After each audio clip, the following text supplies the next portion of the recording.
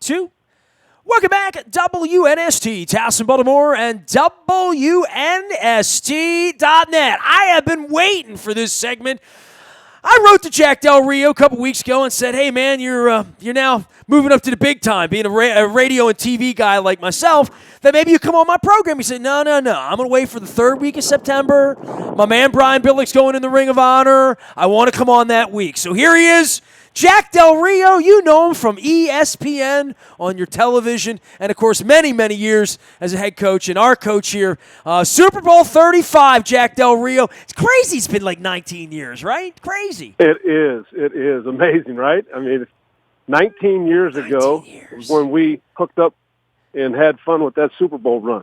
That was awesome. You know, for your lifetime of achievements and accomplishments, and you've been a head coach a couple places, you want to win more Super Bowls, you're a player, position coach, all of these different things. Winning a Super Bowl, when that happens, when you are the equipment manager, it doesn't matter when you're just the super fan and radio guy, boy, it's a special thing. And this is to me the fruit that still drops out of this, when Ray Lewis goes into the Hall of Fame, when there are anniversaries, when great things happen to the people involved. And we're not getting to the end of it, but we're getting near the end of all of the guys who made that impact in that era. I think Ozzy's going to go back to Canton as an executive before it's all over with. But Brian in the Ring of Honor, and I know what you'll say, and I've said this too, that hadn't happened already? Right. It's something that's, obviously the impact he had, the positive impact he had on that organization and on many people like myself. Just have so much respect and admiration for Brian, and I'm happy that he's going in, and I'm happy that I'll be able to be there. And so, looking forward to celebrating with him, and as he goes in. You're coming in for this? Oh yeah. Well, that means you don't get a tourist crab cake in my town, Jack Del Rio. Come on now, right? I mean, come on. So, the homecoming for Brian Parles. I talked to Mike Smith earlier this week. I talked to Marvin, who's out with Arizona State and doing his thing. It really is amazing, the tentacles. I call them the arteries because they're strong, to all of these really neat people that, like you, that have come into my life and done nice things for my wife when, she was fighting for her life and in the aftermath and all of that. But Brian going in the Ring of Honor, tell me about the Brian Billick because, I knew you as a player in different ways, but I remember you as a Cowboy, certainly as a Viking, but you come into the Viking thing, and then there's Coach Billick on the other side of the ball, right? I mean, player coach, all of that stuff. Where did you find him in life's highway? Well, I ended up coming aboard as a linebacker coach, and, Marvin, I was under Marvin as the DC, and we had that staff. I mean, we had Rex Ryan and Mike Smith and myself and Steve Schaefer in the back end. It was a loaded staff, and Brian just did such a great job of leading the staff and developing the staff. He talked to us all. It was about, hey, what are you going to do when you're on the road? You could sit in the bar and have a beer. All right, do something unproductive, or you could actually spend some time organizing your thoughts, building your plan for the next step. Maybe when you want to become a coordinator and preparing yourself to do that, or maybe you want to be a head coach someday, preparing yourself to do that. So spend the time and get your thoughts down on the computer. And it was back then it wasn't so prevalent that guys were developing themselves and working on the career the way they do now. And I think more and more younger coaches are working at it. But Brian really was the first coach that I was around that kind of grew me, and helped me grow the right way. And the organization, the detail, the fine print, all the things that he brought. And, of course, no greater wordsmith out there than Brian Billick. I mean, he's really, really well-spoken. So just the imprint, the impression that he made on all of us, but on myself in particular, I give him a lot of credit. I always wonder how people come into each other's lives, and I look through your resume and his resume, and obviously you collide through football, right? But That's right. that he reaches back and remembers what kind of person you were as a player and that you wanted to be a coach. And look, I had Rick Neuheisel on. Rick had not been in an NFL in the NFL, other than throwing a few passes in August back at the beginning of his career at all. He was a college guy. But Brian sought that out.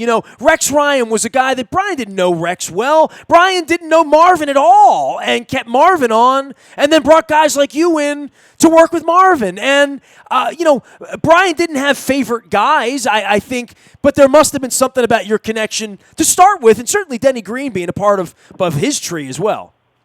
Yeah, I think it started, in Minnesota when I was a player, because the type of a player that I was the guy that would grab, Eddie McDaniels and I would go and sit in the linebacker room, and after practice, I would take him through tape, and during the game, I would be telling him what was coming. Okay, this is coming. Turn it back, or I'm going to turn it back to you, or whatever it might be. Just talking with him and making sure that he could play at a higher level, and so I think Brian kind of noticed that between that and Denny and Tony Dungy, of course. While we had that time together, he kept telling me, "You're going to be a coach someday," and I kept saying, "No way, I'm not going to be a coach.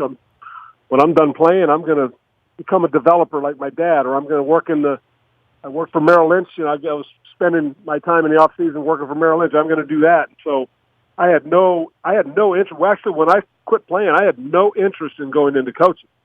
That came a short time later when Tony Dungy and I had a nice little lunch and a discussion. But Brian, I'm sure. What changed for you, Jack, on that level to want to do that? I mean, because I've often wondered for you. I think about that with Jim Harbaugh, who I knew was a player, right? Yep. And in baseball, and I know you played a lot of baseball. We have, you introduced me to Don Wakamatsu, who I know, and I know you grew up playing a lot of ball, and you could have been a Major League Baseball player as well, and USC and all that stuff. But right. Baseball players, they go into coaching regularly, right? I mean, if I walk, being around baseball. But football, that's not always the way it goes. For the guys who play in the league, most of those guys, they see what the coaches do, and they don't want any part of sleeping on a cot. You know what I mean? Yeah. No, my first thought was I'm not going to do it. Now, it wasn't about not wanting to work.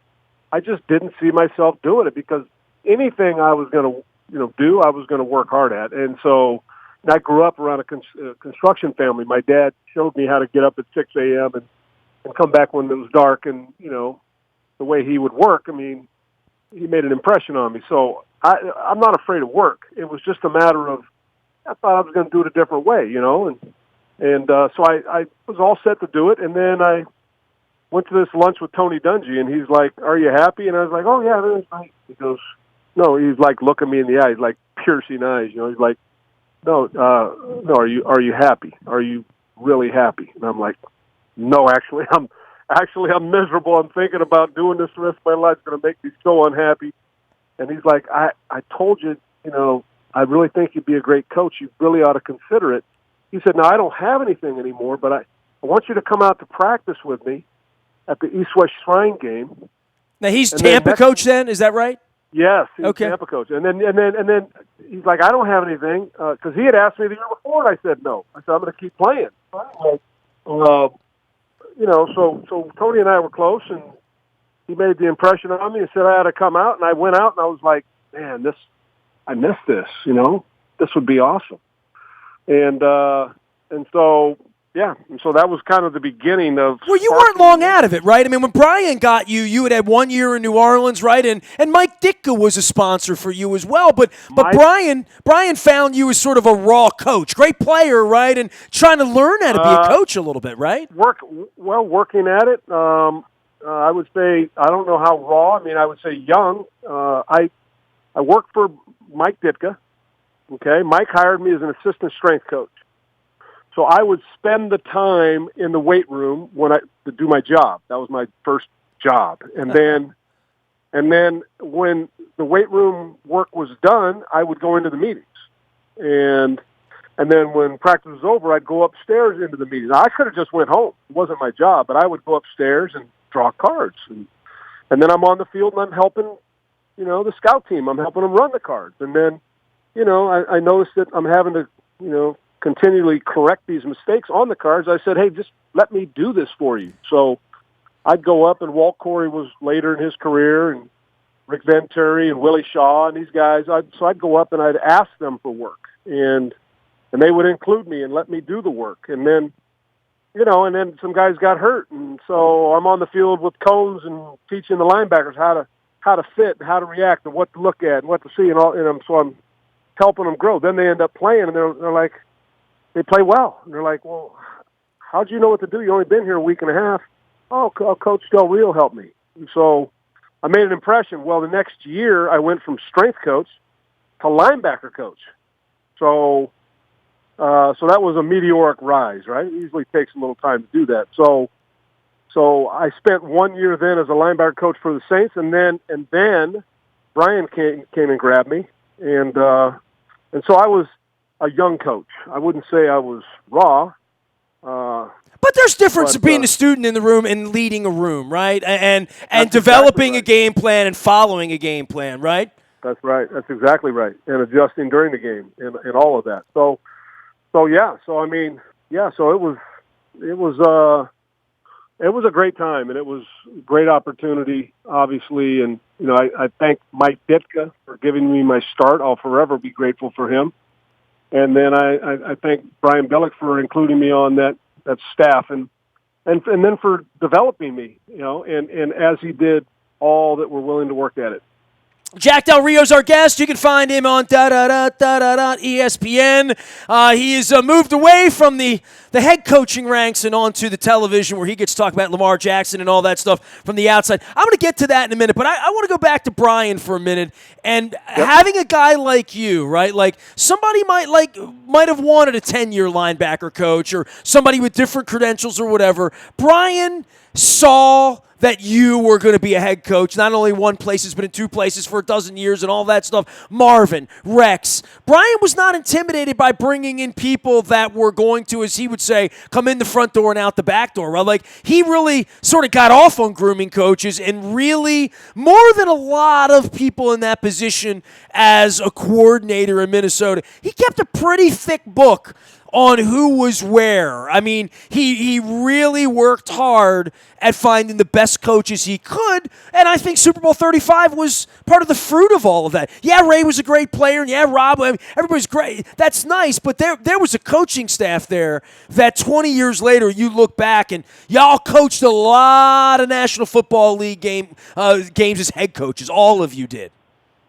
We did. We had, go into ball games and give people some nightmares, and I know you have to have good players. It starts there, but obviously being well prepared and having fresh plans that people can't adjust quick enough to, that allow the talented players to make the plays they need to make to go win a championship. Yeah, there's no question. It's a combination. That's what's special about it. I think we all understand that. We needed each other, and we were able to lean on each other and get it done on the biggest stage and win a world championship. And that's why the bond that we have, is so strong. That's what's cool about it. Yeah, I'm going to give you away. One night we were in Indianapolis at the Combine. I think you were in Denver then after Jacksonville, and we had a beverage. You were going into meetings. I don't think you had a beverage. I think I was having a beverage, but we were having a baked potato. And you said to me, how did Brian Billick never get another job? How did he not coach again? Now I look at you later on. You coached as a head coach more years in the league than Brian did. And I know of your admiration for him and what made him special. I think he would would say if he was desperate to take a job, he could have had a couple of different jobs. He was very specific in what he wanted to do. It was his choice to not go take a bad job or just any job. So therefore, he never took a job. And he liked TV, and he likes his grandkids, and he likes his life, and he's very, fully, engrossed in a lot of other things that make him happy. But what made him great? When he was at his greatness, when you found him and he found you here in Baltimore, and you guys put this thing together that launched all of you, that there was a buttoned-upness about him that sort of changed everything about the franchise. I mean, I was here before you got here, Marvin too. Things really, really changed when he got here, and I don't know that he really is given the credit through all the greatness of Ray Lewis and Ed Reed and all the other things that happened. John came and won another championship, so it went on, and Ozzy's won another one now. That Brian, I don't want to say he gets lost in the shuffle a little bit, but I don't know that he's really appreciated. I was here. I saw what he did, and if you weren't, maybe you can't appreciate it, Well, it's really simple for me. First of all, his attention to detail was unmatched, okay? But anybody that's as intelligent as him can do that part. But he took what was his system, his way of thinking, and completely left it, I guess, behind, or went to the dark side and embraced what we had and what we needed to do to win a championship. So he said he wanted to throw it 70 times. He really had the desire to throw it 70 times and to score 50 points a week. And that's just not what we were built to do. Try and do it, but we weren't going to be very good doing that. And so for me, what he did was he checked his own ego about wanting to be the offensive wizard and recognized that what he could control was getting the most out of the roster he had. And I give him all the credit in the world because there are a lot of guys that wouldn't do it. They just simply couldn't do it, let go of what their baby is. And that's maybe why he doesn't get the credit he deserves, and I think that's the reason he should get more credit. It's a coach is willing to, adjust, improvise, make an adjustment to what the team is doing and play to the strengths so the team can win. To me, that's what coaching's all about. And it doesn't matter if you're an offensive guy, a defensive guy, you're a special teams guy. It doesn't matter. You're a winner. You're a head coach. You're a leader. And he was a magnificent leader and just did a great job as a head coach and led us to that Super Bowl win. At least while I was there, that's what I saw. Jack Del Rio still twirling that Super Bowl 35 ring and talking about head coach Brian Billick going into the Ring of Honor, our partner here on behalf of the Living Classrooms Foundation. Of course, Maritime Magic Friday night. Perfect timing for Coach Billick as well. It's going to be a nice week to tell some stories around here. We've been telling them about Coach Billick, but you're on the television now and doing the ESPN thing along with Rex, and I've tried to get everybody on this week to talk some football. It is a fascinating time to talk Baltimore Ravens football, Jack Del Rio. Right? And you talk about coaches doing things a different way. How about this organization saying we're going to take that quarterback, completely retool everything we do around here, and we're going to be 2-1, and the Steelers are going to be 0-3, the Bengals are going to be 0. I mean, this is a huge game this week against the Browns, but our expectations for Lamar Jackson, I don't know where the expectations are because he's already gotten markedly better. Well, he's a phenomenal young talent, and I'm excited for the Ravens, and I'm excited for him to see how he's going to continue to develop. So the jump that he made from last year to this year as a passer is incredible, and if he continues to make strides in that area with his God-given skill to run and do the things he does with his feet, look out. You're talking about something I don't think the league's ever seen. To have a guy with the foot talent be matched with arm talent. He's fit some dimes in there. He's really had some incredible throws to start the year. And if they get that kind of play out of him with the way they play defense and run the ball, it's going to be a special year. How does defensive coordinator Del Rio combat this RPO thing? And were you of the mindset, even in Oakland or Denver, Jacksonville, that this was that this could be defense, that this is the reason you wouldn't run it is because you think you could stop it. If does that make sense?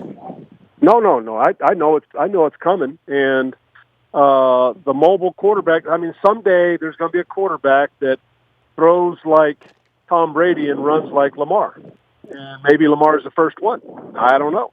We'll see how far he develops as a passer, but that day is coming. Where you get the guy that can carve you up with his arm and also can make you look silly running the ball, and it's so difficult to defend. And the biggest thing is for the guys that run a lot is to understand how to pick their spots and keep themselves healthy. And I think that's the onus is on them, to make good decisions when they're out there doing their thing. And because they're going to make a few guys miss, and there's going to be a few guys that get to them, and they got to know how to lessen the blow and be able to survive the next play. Jack, I don't know if you saw the John Harbaugh, the fourth and short and going for it, and the question in the press conference. It sort of made the rounds about willing to go from fourth and short from anywhere on the field, and he said yes.